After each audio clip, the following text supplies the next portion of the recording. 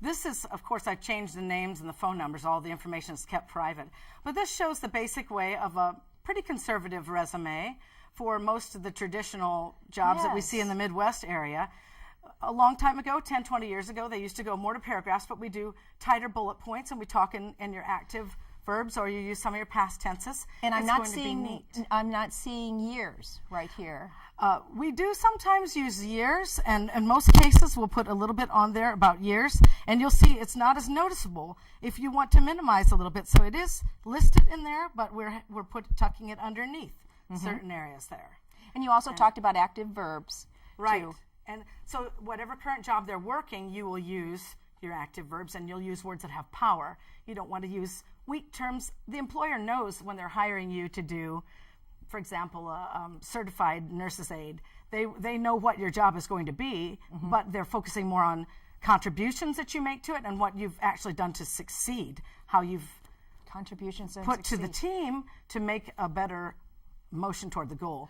And the same with your past tense one, and we also have qualities that you can bring out in your resume of yourself. Qualifications too. You start with. You do not start with the. Now, is this on all of your resumes? Do you start with qualifications? No. Once again, let me just clarify, because each person's unique. I start with a blank Word document, and I create it around that person.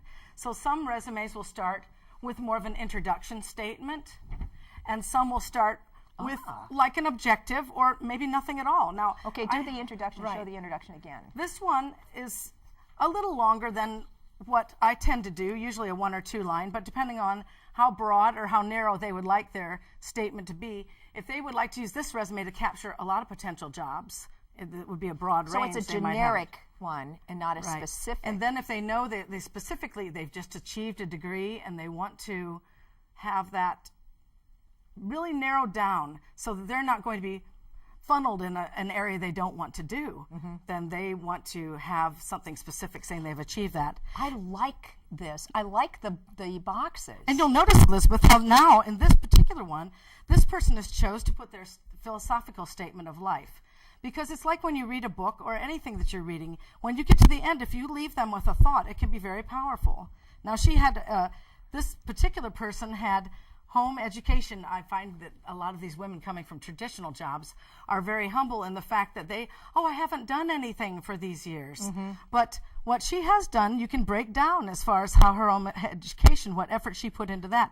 And her final statement of philosophy is remain teachable. Ooh. Respect human dignity and keep excited about learning. And what could be a more powerful statement than to put that out as the icing on the cake, to make them at least want to get you into the interview so that you can have the chance to show yourself. May I read the introduction? She has now. Some people have an objective at the beginning of resumes, or what do they usually call it? Now this woman called it an introduction. We have chosen to call that an introduction. Okay, all right. Right. Drawn to a career involving working with people, creativity, and education, I plan to use my experience as a home educator and other life experiences to serve people in the most effective way possible. Associate's degree from IPFW, 15 years of developing programs, teaching and parenting, exercises my multiple transferable skills. Okay. And many people want to veer away from saying I on every type of introductory statement, but there's a way to play with that in there and use the vocabulary that she could step up to. And so this is impressive. And where she felt like she was maybe not capable of going back into a traditional workforce, after this, she felt confident about herself because she realized she had many things to bring to the table that she'd been using all along.